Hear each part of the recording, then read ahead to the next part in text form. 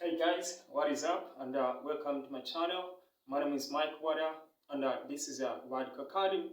So if you're watching me on my Facebook, please remember to follow my Facebook page, which is just Learn with Professor Wada. If you're watching me on YouTube, just Radical Academy. Make sure that you support me by subscribing to my channel. If you're watching me from TikTok, make sure you also follow me on TikTok. So now, in this video, I just want to keep it more simple and so easy. So for those of you who are actually, about to write your grade 12 final exam, this is something that you have to understand. And from the theoretical perspective, you have to understand what is a polynomial equation. So without much further ado, we are going to start by saying, hey, we know something to do with equations. You have heard about something to do with a quadratic equation or linear equation, something to do with that, okay? But when you look at the board, okay, when you look at the board, you'll be able to see that this equation actually has x to the power 3 plus 3x to the power 2 minus 4x to the power 1, or just 4x minus 12 equals 0. Now, when you do understand what this equation tells you, even before you solve it, all you have to do is you have to think of a cubic function, okay? So a cubic function, this is just more of the cubic function, okay?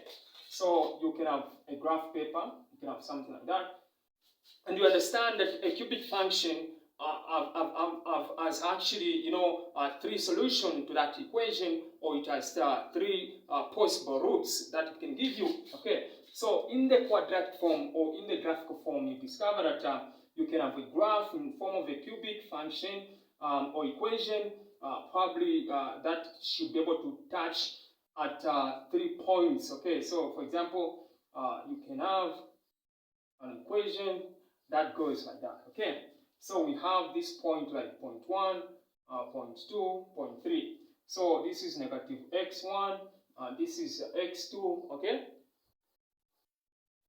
So you can have 3 points. So this one, and that one has x3.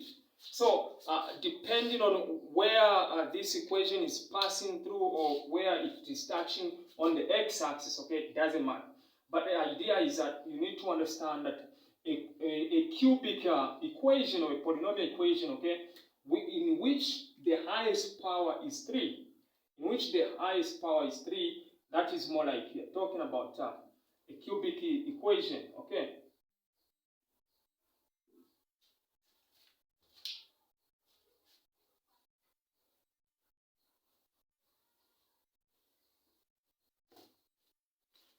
Okay, so once you understand that, okay, you have a cubic equation, and let's see how you can go about solving that. So now, one of the most important thing, okay, one of the most important thing that you need to understand when it comes to solving a polynomial equation in which the highest degree in terms of the power is 3, you have to kind of understand it. You can factor it, and then you can also use the concept of the zero product rule, okay, which you kind of use even in a quadratic equation. Okay, so the first thing that you do is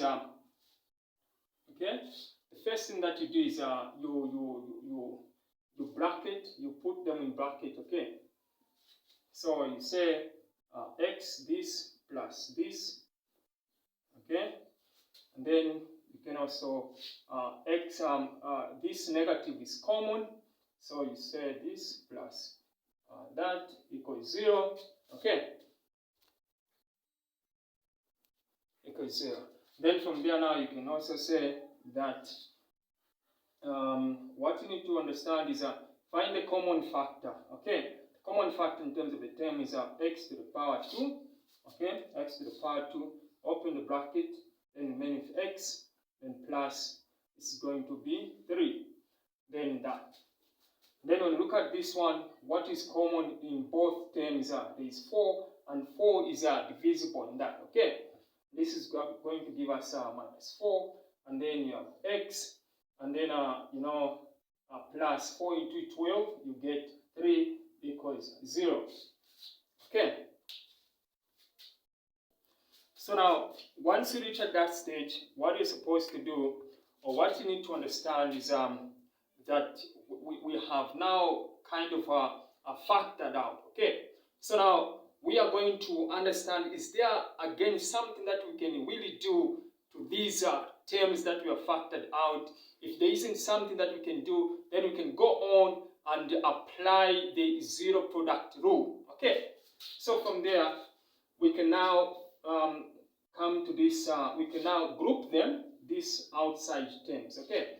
So this is going to be x squared minus 4, and then these in bracket, they are the same. So what you do is you also just pick one, okay? And then you say equals to 0. Now, at this point now, when you look at this equation, we can now further break it down, okay? We can now further break it down. This is the square, the difference of two squares, okay? So this is, can be factored out to say x minus this can also be factored out, which is factor of 4, it is 2, then you do that, okay? So once you do that, and then you can also have this, that. So the whole idea about this is to combine the skills that you have learned in quadratic equations and also in some kind of linear equations, okay? And then you kind of put them together and then bring those ideas, bring those that knowledge to this domain of polynomial equations, okay? So now at this point in time, what we're going to do is that when you look at this one, okay? So we have to now further factorize that, okay? And then this one is fine, so we can kind of use the zero product rule in order to determine the value of x, okay? So from this one, the point to note is x plus 2, okay? And then again, we have another x minus 2, and then we bring this down, okay? So kind of put the these square brackets, and then this one is gonna go like that, and then we have that, okay? Now at this point in time now, what you're gonna do is we're going to use the zero product rule that you can now actually utilize in order to determine what is the value of x, given the fact that what number is going to actually evaluate once we replace it back into the actual equation, what number is actually going to give us 0. Okay, so that's the meaning of the zero product rule. Okay, so from there, what you need to understand now is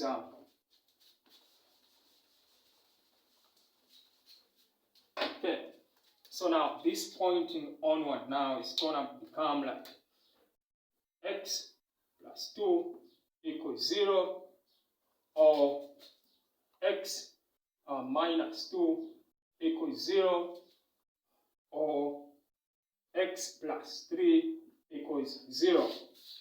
Okay, so now this one, now what you've done is that we have actually evaluated these equations into simpler forms. Okay, so now we have gone back into linear equations forms. Okay, now this becomes kind of a very simple for you to understand, right?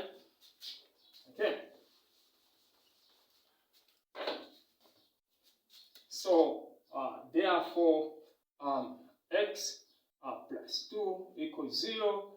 This x, now what number can you simply add to x so that the answer is 0? So your x is 2. Okay, so this is number 1. And then from there again you say x minus 2 equals to 0. So x is something that we don't know, and now what is going to happen is that we subtract anything from x by 2, then we get 0. So what number can we subtract to give us 0? So meaning x equals to positive 2, or simply x comes to the other side. Okay. From there again now finally say this is going to be final part, meaning x plus 3 equals 0. And then which simply means that in the simplest form, you ask yourself, you just cross over. The positive 3 goes to the right hand side, becomes x equals minus 3. So now what happens is that x equals minus 3. Therefore, the values of x are, so x, saying that x1 is minus 2, x2 is positive 2, x3 equals minus 3. Okay, so those are the answers for the equation which we call in the polynomial equation. So I hope you guys have understood.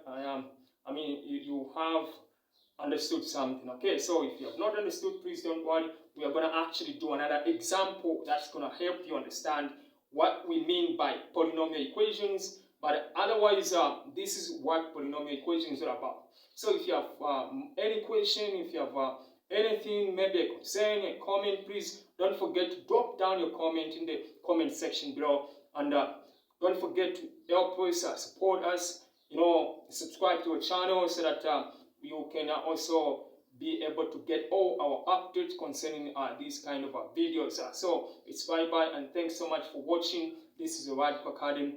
Go on YouTube and look for our channel and subscribe to our channel for more videos like this. Thank you so much and I'll see you next time.